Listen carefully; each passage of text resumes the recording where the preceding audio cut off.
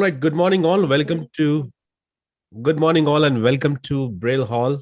And this is poster podium presentation. This session will go from 8:30 to 9:55. Let me quickly introduce chairperson and judges. We have Dr. Abhijit Ghosh, Dr. Manisha Rathi, Dr. Srinivas V.K. Rao, Dr. Ramesh Babu K, Dr. Meenakshi Swaminathan, and Dr. Uma Kulkarni. So can I request Dr. Srinivas Rao, Dr. Manisha Rathi, Dr. Meenakshi to please take it ahead, call out the first speaker. Thank you so much. Please note, 4 minutes is the speaking time and 2 minutes is Q&A time. Thank you so much. Thank you. You said the first speaker hasn't reached yet, so Dr. Pranay will be presenting. Absolutely. Dr. Pranay, please start. Sharing my screen.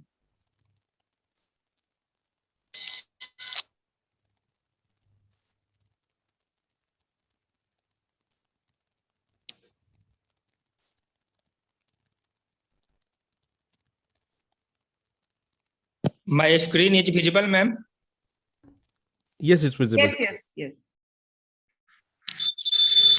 A very good morning to all of you. Myself, Dr. Pranay, third-year junior resident at Upgraded Department of Ophthalmology, DMCH, Bihar. And my topic is the efficacy of 0.01% atropine eye drop for deceleration of myopia progression. Introduction. Myopia is the most common cause of correctable visual impairment among adults as well as children in the developing countries like India. Standards of care currently treats only the optical and medical consequences of myopia rather than limiting its progression. There have been various methods in past described for control of progression of myopia. Among these methods, atropine 0.01% has been shown to control myopia progression with minimal side effects. Objective of this study was to assess the efficacy of 0.01% atropine eye drop for deceleration of myopia progression. Materials and method.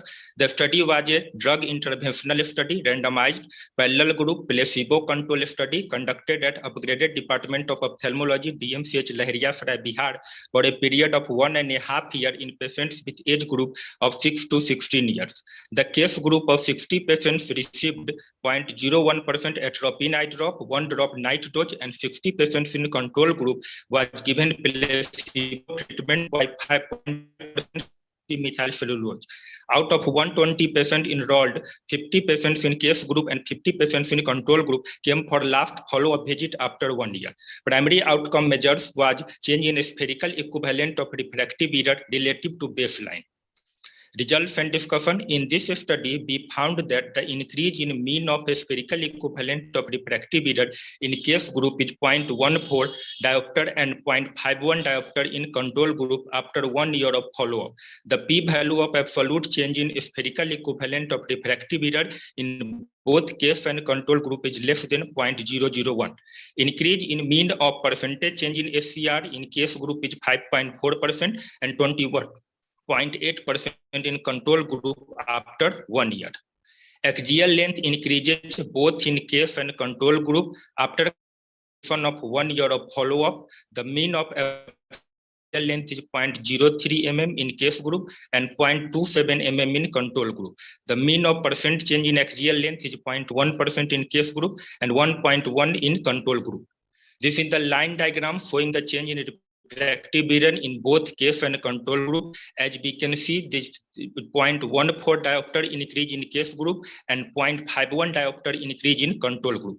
The below is the diagram, bar diagram showing the change in the refractive error after 6 months and 1 year. This is also a graph box chart showing the change in refractive error after 6 months and after 1 year.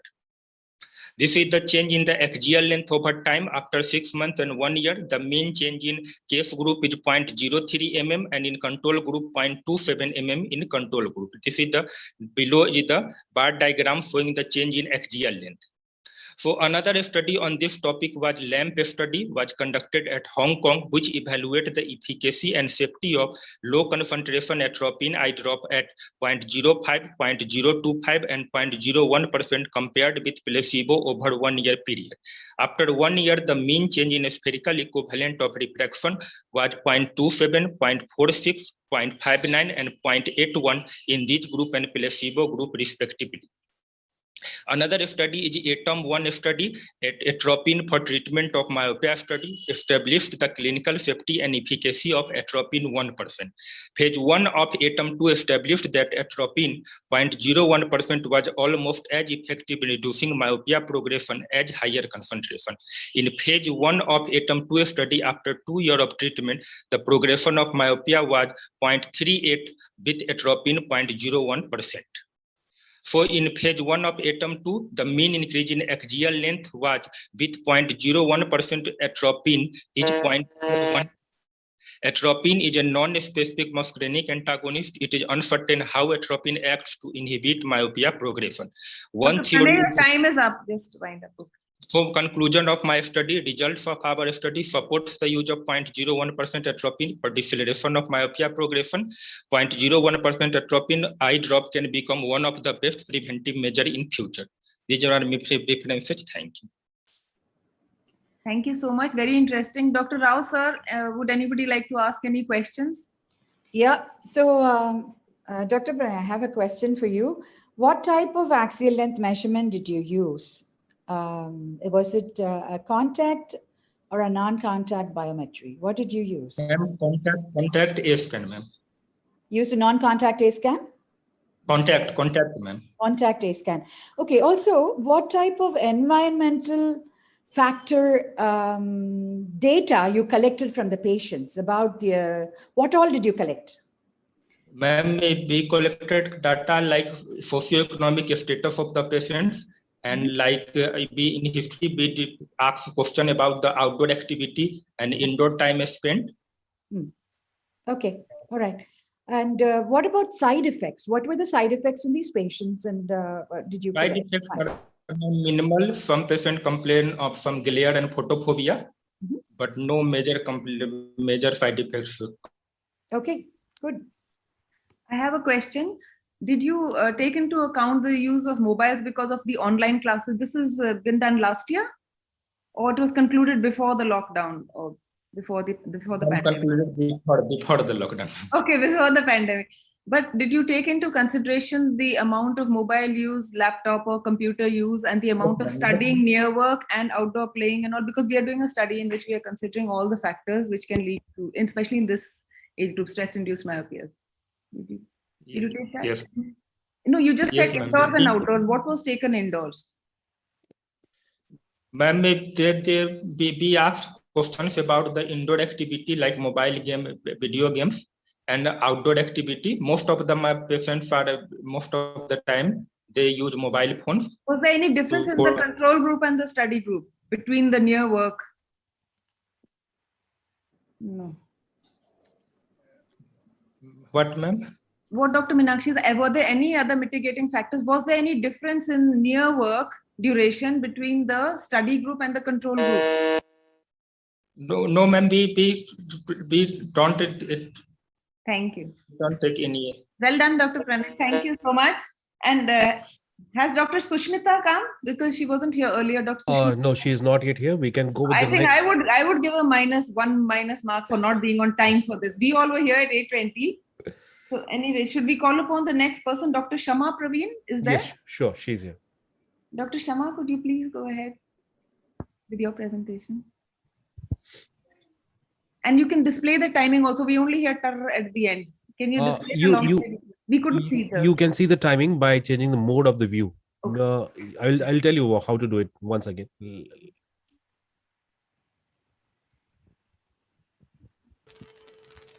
Okay, so Dr. Manisha, on the right hand side, do you see there are various icons on the top of the video? I can see view. View, right? Go to view and select gallery mode. The gallery mode. Okay, side by side gallery. I got it. Oh, that's nice. Now you see the timer? Yeah, and I can see all of us also. Thank you. Thank you. Dr. Shama. Am I audible, ma'am? Great. Am I audible, ma'am? Perfect, perfect. Very good morning to all of the judges and all the other participants present here. Today, I am Dr. Shama Parveen presenting a topic assessment of retinal nerve fiber layer thickness by spectral domain optical coherence tomography. The prevalence of myopia in adults has been reported to be 22.7% to 26.2% in Baltimore Eye Surveys and Beaver Dam Eye Study. And the prevalence of myopia is increasing, especially in the Asian populations. And the prevalence of pathological myopia estimated to be around 1 to 3%. And the risk of developing glaucoma is 2 to 3 times higher in myopic individuals as compared to the non-myopic or control groups. Myopic individuals often have enlarged optic discs and large areas of peripapillary atrophy. Because of these factors, it is not possible. It is very difficult to estimate the glaucomatous change in the myopic disc and possibly leading to the misdiagnosis of glaucoma. The aim of the study is to assess the retinal nerve fiber layer thickness in highly myopic patients and their comparison with normal subjects by spectral domain optical coherence tomography.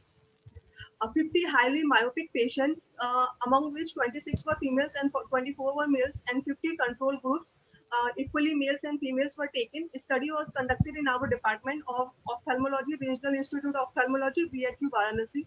The study was conducted between December 2019 to February 2020. The inclusion criteria was a refractive status in myopic patients more than -6 diopter. And in a control group, the patients are not having a refractive error less than -0.5 diopter. Age group was 22 to 55 years, and the individuals giving the consent. The external criteria is the unwilling patients and obviously the myopia less than -6 diopter and myopic patients with complications of high myopia, choroidal neovascularization or retinal detachment. And a scan of signal strength was 7. Complete ophthalmic examination was done, which includes visual acuity, refraction, axial length, INFL thickness, and the study was performed in accordance with declaration of healthcare informed consent was taken. P less than 0.5 was statistically significant. Results mean age in the main result was the average INFL thickness in highly myopic patient is 92.8 plus minus 10.6 micrometer, while in normal subject it is found to be 108.4 in plus minus 11.2 micrometers. So the result was statistically significant, which shows that the normal subjects have thicker INFL is as compared to highly myopic patients. On quadrant-wise analysis, it was found that the INFL was more in superior nasal inferior quadrant in normal subjects as compared to the highly myopic patients. And in INFL thickness in highly myopic patient decreases as the axial length and spherical equivalent increases. In a similar study conducted by Thomas, who taken 118 myopic patients, shows that INFL thickness was lower in highly myopic patients as compared to moderate myopic patients. And INFL thickness was found to be more in low myopia greater group than the moderate high myopia patients in superior inferior nasal quadrants. However, temporal quadrant shows thinning. So the conclusion was INFL thickness decreases with increase in spherical equivalent in highly myopics, and this point becomes important while examining the highly myopic patients, especially in glaucoma. Thank you. Thank you, Dr. Praveen. Dr. Meenakshi, Dr. Rao, and the other panelists is here. Sorry, all of you, Dr. Ghosh. Anyone wants to ask? I think it's a very exciting study, but in our OCT, we don't have myopia correction. Do you have that? Because we have Asian Indian population. That software has been updated. But myopia correction, I think, is the only thing that's lacking. Ma'am, in our department, we have HD Cirrus OCT 5000, in which we can make the patient for myopic correction. No, that the software for myopia correction and the cohort studies have not. The database, normative database is not there. Is the best. How often the RFNL measured?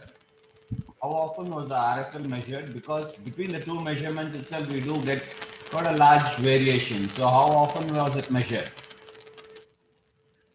Sir, it was a study which was conducted to estimate whether there is a difference in the highly myopic patients or the normal patients. So normally we will not conduct INFL thickness in as usual. But if the patient is highly myopic, so it is very difficult to estimate that the patient has glaucomatous changes, or we are suspecting that the patient has glaucoma in highly myopic patients, then we go for INFL thickness. My question is, how often was the RFNL measured? Like, you measure it today and maybe again after a month, did you measure it again?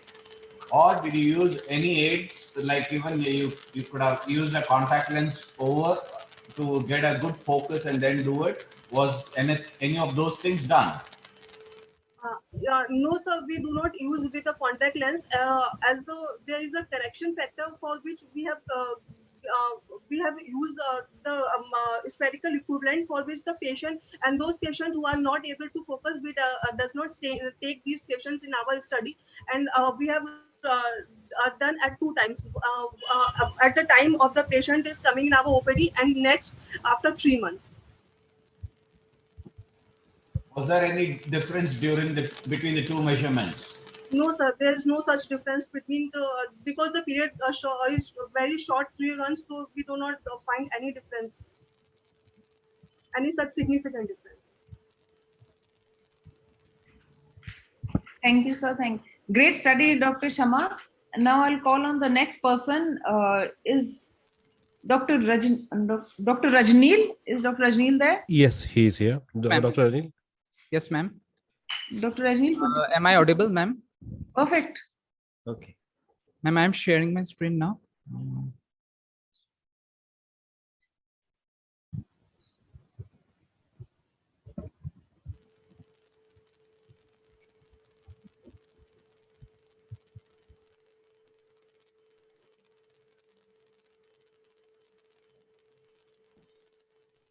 Good morning, respected teachers, panelists, and everyone present here. My paper is Assessment of Biometry and Keratometry in Low and High Degree of Myopic Patients of Borak Valley. My name is Dr. Rajneel Bhattacharjee of Silchar Medical College and Hospital. Myopia or short-sightedness is an important cause of low vision in the world.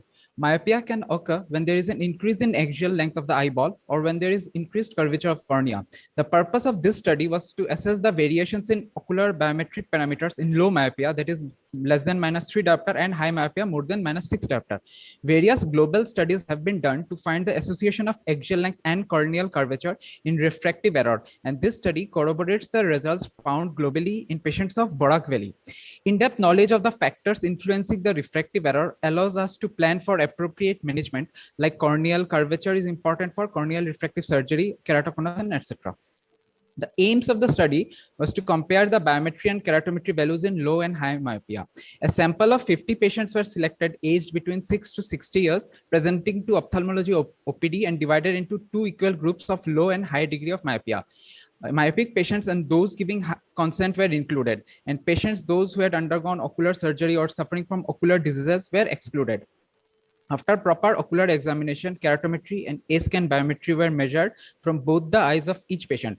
The measurements were carried out in one session by the same examiner for each patient. A verbal consent was obtained from all the patients. Results of measurements were compared in each group, and differences in parameter were defined as significant at p-value less than 0.05. In results, the age and gender-wise distribution, we found that most of the patients were in the age group of 21 to 30 years with slight male predominance. The range of refraction varied from -0.25 to -2.75, with a mean of -1.26 and -1.24 in the right and left eye respectively. And the range of refraction was in high myopia was from -6.5 diopter to -16, and with a mean of -8.66 and -8.36 in right and left eye respectively. The axial length of right and left eye in patients with high myopia had a mean of around 25.85 and 25.59 in right and left eye respectively, and the axial length in low myopia was around 23.64 in right eye and 23 in the left eye. The K reading of right and left eye in patients with low degree of myopia was mainly in the range of 43 to 44.50 diopters. Also, in a high degree of myopia, the K readings in both the eyes of the patient were mostly in the range of 43 to 44.50 diopters. Now, the paired t-test comparison between patients of low and high degree of myopia, we found that the axial length difference between low and high degree of myopia was significant in both the eyes, but the K values of the patients were not significant enough. In this study, 54% were males and 46% were females, and similar finding was in study conducted by Das et al. It was found that high degree of myopia had higher axial length than low degree of myopia, and similar results found in Chen et al., who reported that eyes with more myopic refractive index have error tended to have greater axial length. In this study, there was no significant difference between low and high degree of myopia in corneal curvature. Similar findings were observed in study by Tozzi et al. To conclude, there was significant difference in axial length between low and high degree of myopia. Axial length increases with the degree of myopia. There was no significant difference in corneal curvature between low and high degree of myopia. Hence, axial length has a higher effect on degree of myopia than corneal curvature. Thank you. Thank you so much. A very nice presentation. All of you have presented very well. Is Dr. Ghosh there? Would you like to ask some questions? Dr. Ghosh, Dr. Srinivasa, Dr. Ramesh Babu, Dr. Meenakshi. Dr. Rajnil, Dr. Kumar. Yes, sir. could you tell us what A scan you had used to measure this one, axial length? Sir, that is infrared optical A scan, sir, Medtronic, sir. We use that one to measure optical infrared, sir. And this one for the keratometry reading? That Bosch and Lomb keratometer, sir. Was it a manual or again you had used? Sir, pardon, sir? Was it a manual keratometer which you used? Yes, sir. Manual keratometry. Yes, sir.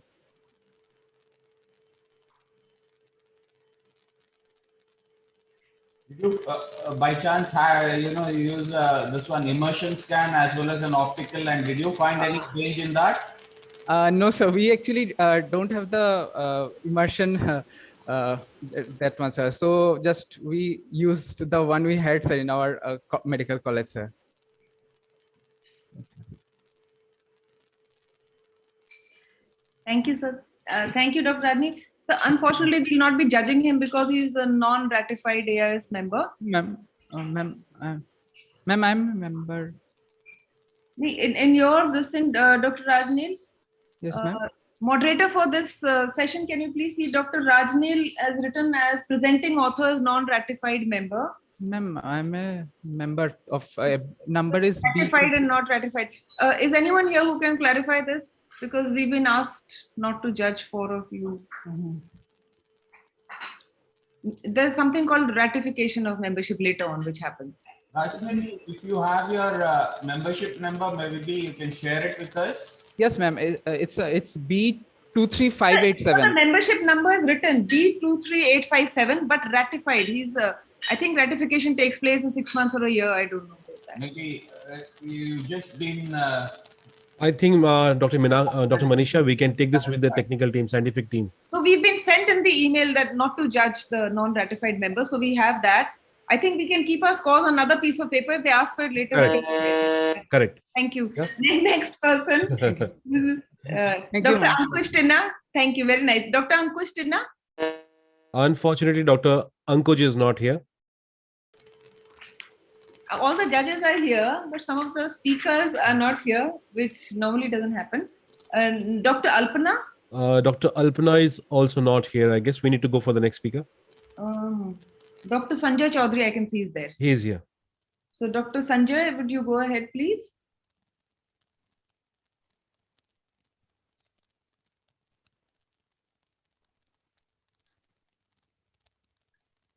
Dr. Sanjay Chaudhary, can you please unmute? Just a minute. Yeah, I've unmuted. Am I audible? Yes, loud and clear. My screen is also visible. Yes, sir, it's visible. Good morning, everybody. My poster, this presentation was on uniocular portable customized optics for amblyopia therapy. This is the right approach in COVID era. COVID-19 has changed the way of treatment in many eye disorders. Amblyopia treatment has been disrupted most. We designed an uniocular preoptics-based portable device made from inexpensive materials available around. 10 such prototypes were made and distributed to amblyopia patients. They were also advised to design their own occluders. Part-time occlusion along with pleoptic exercise at home was found to be effective in all cases and comparable with erstwhile institutional therapy. This mode of treatment has shown us the way to uninterrupted amyloid therapy during COVID-19. The basics and the do-it-yourself pleoptics has been shown here. This is the complete version. As I have mentioned, the cases were 10 cases of amblyopia, which included from age 10 to 56 years. It is the schematic diagram on which this customized uniocular portable pleoptics was based. This is the tube which has got a slide holder. Slides were made from cyanophore slides, miniatured them, and that were kept in use. This is the main connection. This is the regulator to put even to give flashing, to put off and on, and patient gives the, here is a mirror is inserted, a small plain mirror, so that rays can be diverted. A ray of light from the picture P, where the slide holder is placed, strikes the mirror at O and reflected in the direction of OD. And the light appears to come from the focal distance of the convex lens, which is placed here, is of 6.5 diopter. So the distance was dx was do plus op. After reflection, the image is relaxed and focused. For distance, no accommodation is required. And here is one of the pictures, interesting picture I would like to share. It is the result of do-it-yourself occluder, which is highly effective. This is a small study I had presented for evaluation. It is also applied for patent. Thank you. Thank you so much, Dr. Sanjay. You are the HOD, head of the department, and you have presented a wonderful, interesting paper. Thank you so much. Would anyone like to ask a question? Dr. Chaudhary, very, very interesting and timely invention, I would say. But I am curious to know what your data is. What were the patient's vision before the onset of therapy? And what is it after the conclusion of therapy? And what were data about the compliance with the treatment? First of all, the age from 10 to 56. 56 was the highest level of patient who was operated for cataract in amblyopic eye and given this. Rest of the patients, mean age was, however, around 24. Rest of the patients were from below 16 to 10. 9 patients were in between this range. Their base, at the start of the therapy, their baseline best corrected visual acuity mean was 618, and mean improvement after 4 weeks of part-time occlusion for 2 hours and this customized pleoptic therapy for 10 minutes in a day for 4 sessions gave a mean correction of 2 lines at the end of 4 weeks. This is the preliminary data which we have prepared. Actually, earlier I have also devised one spectacle mounted cyanophore, but that was a little bit cumbersome. So this time for COVID, I had to develop this because a lot of patients are there, but we could only make 10 prototypes. Now the study is going on. Hopefully it will come up with patent. Thank you. Thank you so much. Now we'll go on to the next speaker. Dr. Pramila Das is here. Sorry, Dr. Manisha, she's also not here. Okay. Can you give 100 points to all the judges for being there and panelists? Absolutely. I really appreciate this. You're on time, dot time. No, we were before time. Thank you. Yeah. Dr. Pramila. And now Dr. Maruk Khan. Unfortunately, he's also not here. Dr. Sunny Makkar. Yes, he's here. Oh, I can see Dr. Sunny Makkar. Yeah. Can we go on to Dr. Sunny Makkar, please? Thank you. Where the slide holder is. Hello, good morning. Am I audible? Yes, you're audible. And reflected in the direct There is background noise. Oh, now. I just muted Dr. Yeah.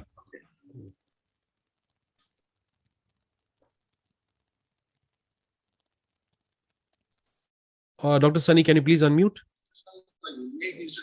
Yeah, just Dr. Sunny, there's a background noise behind you.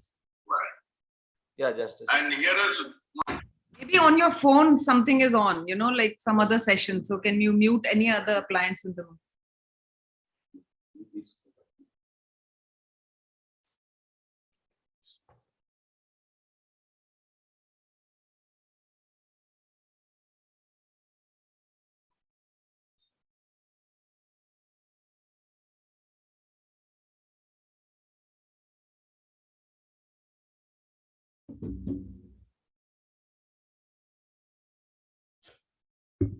Dr. Sunny, can you hear us?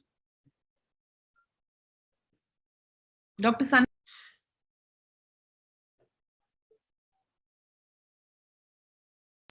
Dr. Sunny, maybe the connection has gone. I can see that there. Can you start? muted by the host. Yeah, it's unmuted now. Please check. Yeah, now that we can hear you, it's unmuted. So you can carry on now. Yeah.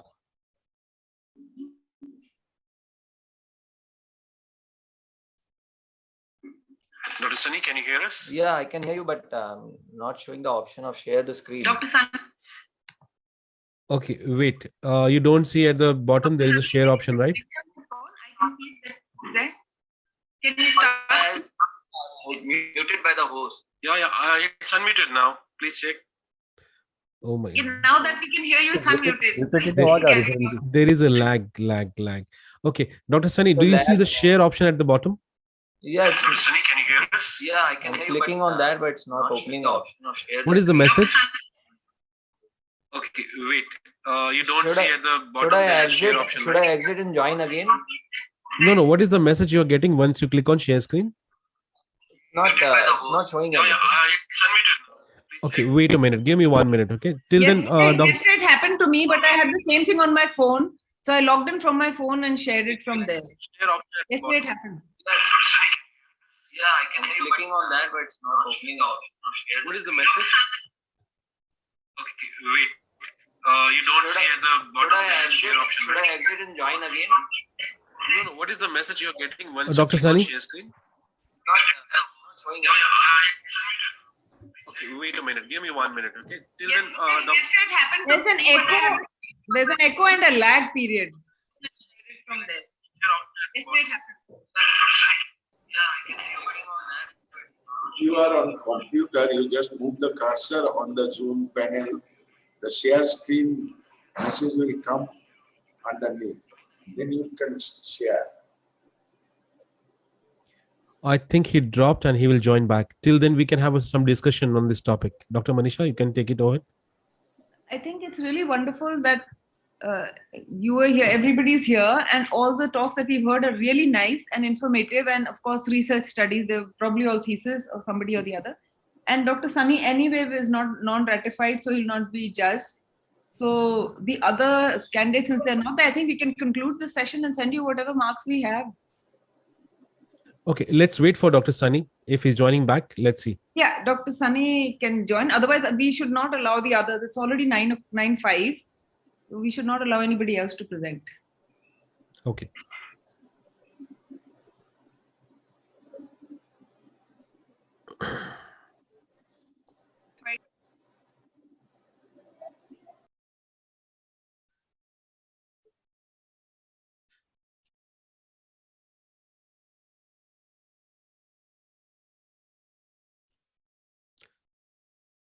Dr. Manisha, do you want us to take a name of those who missed it out once to just check if they're in?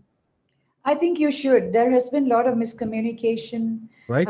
And technology challenges. So I think Right. we should, because the session is supposed to go on till 9:55. Correct. So, and a lot of presenting authors are all students, PG trainees. So I think we should give them an option. It's very well possible that they have not shown up, but I think it's good that you have a quick round if Correct. anyone has a So job. let's do Dr. one. Manisha, do you want us to take a name of those who missed it out once to just check if they're in? Dr. Sunny is sharing. I think you After should. that, There has been a lot of miscommunication Right. and technology challenges. So I think Right. we should, because the session is supposed to go on till 9:55. Correct. So, and a lot of presenting authors are all students, PG trainees. So I think we should give them an option. I think it's good that you have a quick round if Correct. anyone has a So job. let's do Dr. Manisha, do you want us to take a name of those who missed it out once? after Dr. Sunny, so If they'll they're get in. any more time. I think you should. There has been a lot of miscommunication Right. and technology challenges. Lag and echo what we're saying. Because the session is supposed to go on till 9:55. Correct. So, and a lot of presenting authors are all students, PG trainees. So I think we should give them an option. I think it's good that you have a quick round if Correct. anyone has a So job. let's do Dr. Manisha, do you want us to take a name of those who missed it out once? After Dr. Sunny, so If they'll they're get in. any more time. I think you should. There has been a lot of miscommunication Right. and technology challenges. What you're saying, can you just The session is supposed to go on till 9:55. Correct. So, and a lot of presenting authors are all students, PG trainees. So I think we should give them an option. I think it's good I that guess you there's something is coming have a in. quick round if anyone has a So job. let's do Dr. Manisha, do you want us to take a name of those who missed it out once? After Dr. Sunny, so they'll get whatever we are saying is There's a lot of miscommunication Right. and technology challenges. It's just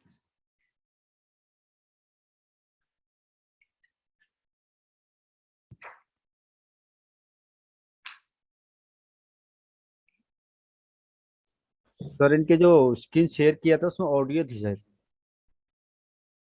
now we can ask Dr. Sunny to start. We were on a loop listening to our comments again and again, like some Absolutely, absolutely. You know what? Back to the I have just system. asked my Sir, technical team उन्होंने to share किया था यार तो उसमें कुछ audio थी शायद. yeah. So I have asked my technical team to check. They're checking on it, and this happens when Dr. Sunny comes. yes, Dr. Sunny and Dr. Sunny was leaving the screen. I felt like saying, "Come back." So let's wait. Dr. Sunny, Let's over to him. He has put some glitch in this whole thing. let's wait. Yeah, till then, quickly, I'll announce the names. Those who are not present, if they are there, let's give them one more opportunity. Dr. Sushmita Chaudhary.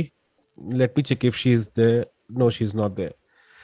Then Dr. Pranay completed. Dr. Shama completed. Dr. Rajnil completed. Dr. Ankush Tena. Do we have Dr. Ankush Tena? I'll just checking one last time. Okay.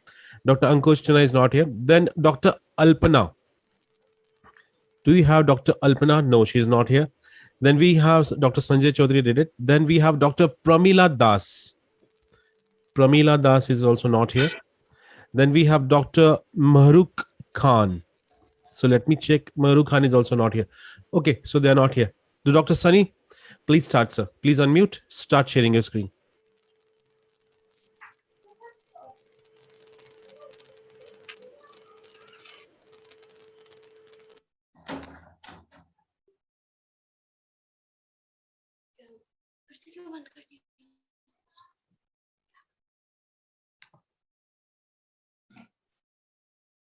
Good morning. Am I audible? Yes, you're audible. Please start. Thank you. Good morning, everyone, and the judges and the panelists. Sorry for the technical glitch. I don't know what was happening. I'm Dr. Sunny Makar. My topic is study of changes in ocular parameters of patients undergoing hyperbaric oxygen therapy, and there are no financial interests. Hyperbaric oxygen therapy, it's a modality which enhances the body's natural healing process by inhalation of 100% oxygen in a closed chamber, and where the atmospheric pressure is controlled, and it is around 2.4 atmospheric pressures. And patient generally takes around 20 to 30 sessions depending on the diagnosis and the improvement of his condition. And the documented side effect is reversible myopia, the exact mechanism of which is not known, and there is a very little reported literature on this, and there is none reported from India. So indication of oxygen was mainly in our cases were radiation cystitis, radiation proctitis, sensory neural hearing loss, non-healing ulcers, and osteoradio necrosis.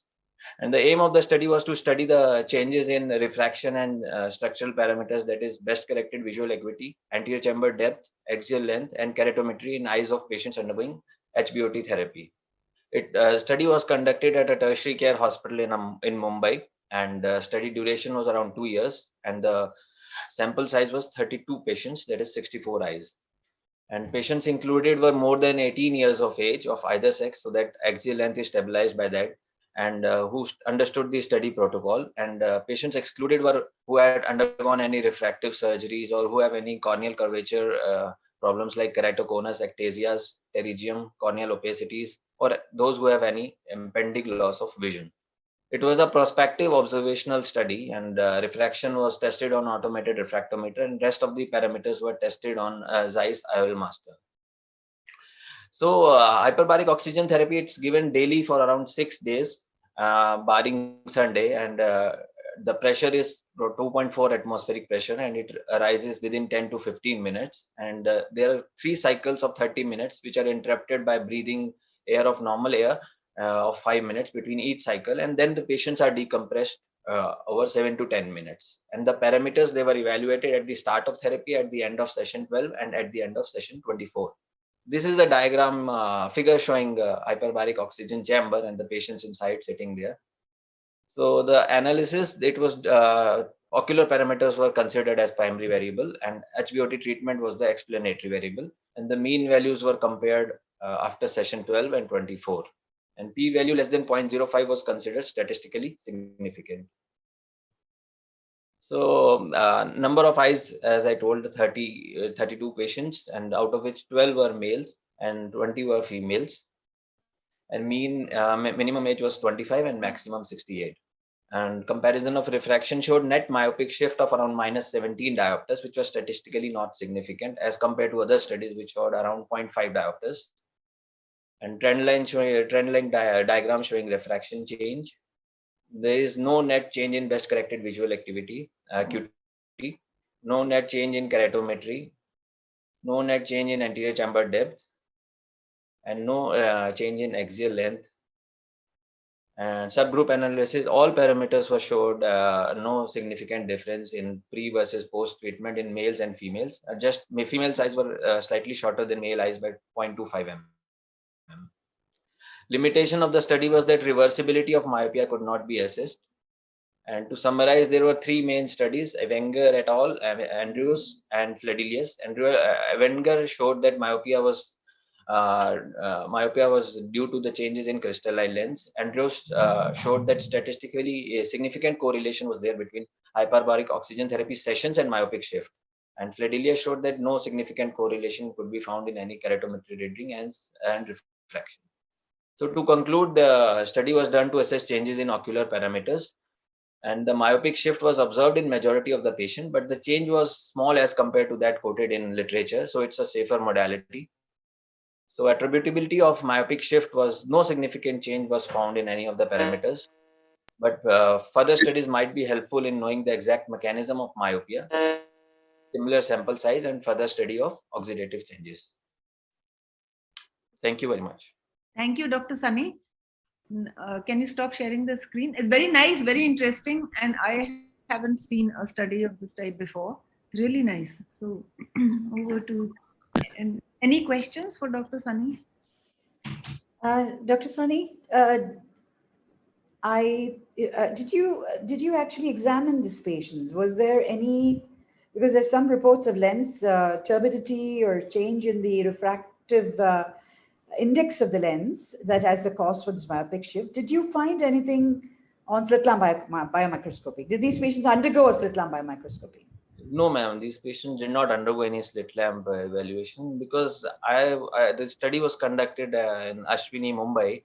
The patients, they were civilian patients who mostly were oncology patients, and I took the permission so that I can just take the parameters, and because we can't register civilian patients in Navy hospital, so just I took the parameters. We did not do any slit lamp examination, but I have read the studies that there have been changes in refractive index of the lens, and cataract have also been noted, but with around more than 70-75 sessions.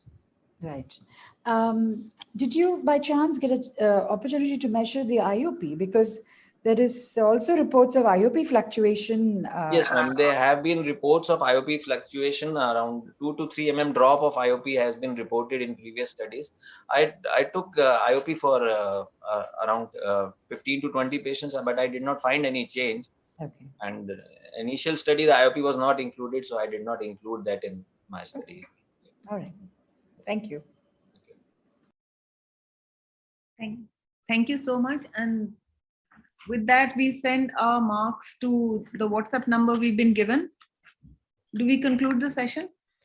Absolutely. Before we conclude the session, I just want to check a final check if any Absolutely. speaker present, right? Just give me 2 minutes. I'll just call out their names. Dr. Sure.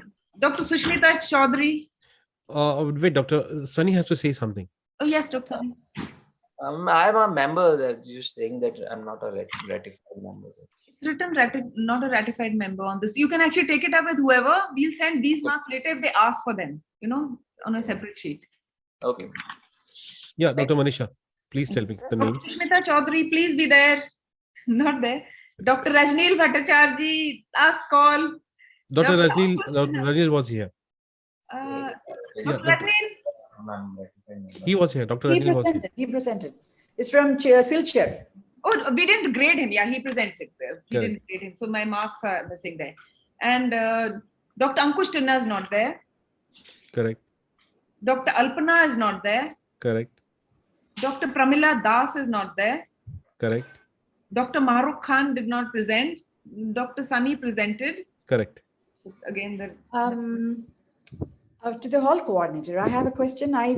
Since I got my mark sheet, thanks to Dr. Rao, I don't know where to send my marks. I never got any intimation. I think Dr. Manisha can help you on this. Is there a number that you can share? in the chat? I can share just one moment. I'll get my phone from my email. I have the email right here. Can I just minimize this and my So I'll email? just note down the number. Yes, absolutely. I will just on Yahoo, and there we are.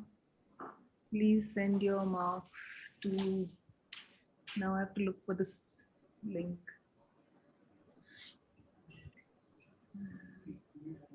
Mark sheet. I had the one opened on that. You can note the number. I have got the number 6385. Yes. 821 300. 821 300. Yeah, 6385 821 300. Wonderful. Thank you so much. Appreciate it. You can WhatsApp it. All right. So, chairpersons, it's good to conclude this first session now. You want to wind up with any comment, any summarize? No, I think they were, whoever presented, the studies were very well done and interesting, and they were well presented. So thank you. Thank you. Thank you so much for this opportunity. Really nice to be Thank here. you. Thanks. I'm sending the marks straight away. Sure. Thank you so much Thank for you. being such a wonderful moderators and chairperson. Thank you. Thank you so Take much. care. Bye-bye.